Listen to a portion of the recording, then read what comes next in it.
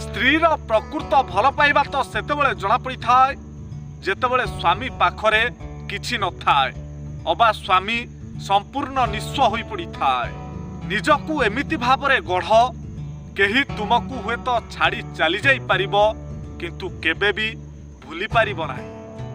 आजिर दुनिया रे मिछ एथि पई बिक्री होई जाय जे काहींकिना सतकु किणिबार औकात एठी प्राय समस्तंकर न थाए।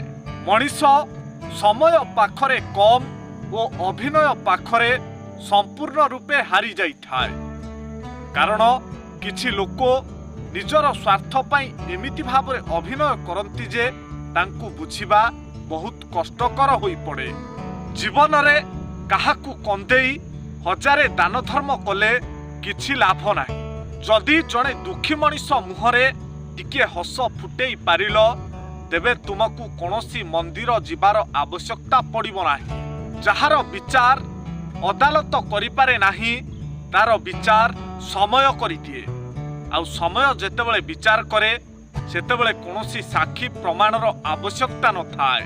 तुमकु प्रकृतरे प्रेम करुथिबा लोक तुम सह सबु विषय रे कथा हेबो, तुम सह सबु प्रकार आलोचना करिबो, किंतु धोखा देबा लोक केवल प्रेम भरा कथा ही कहिबो।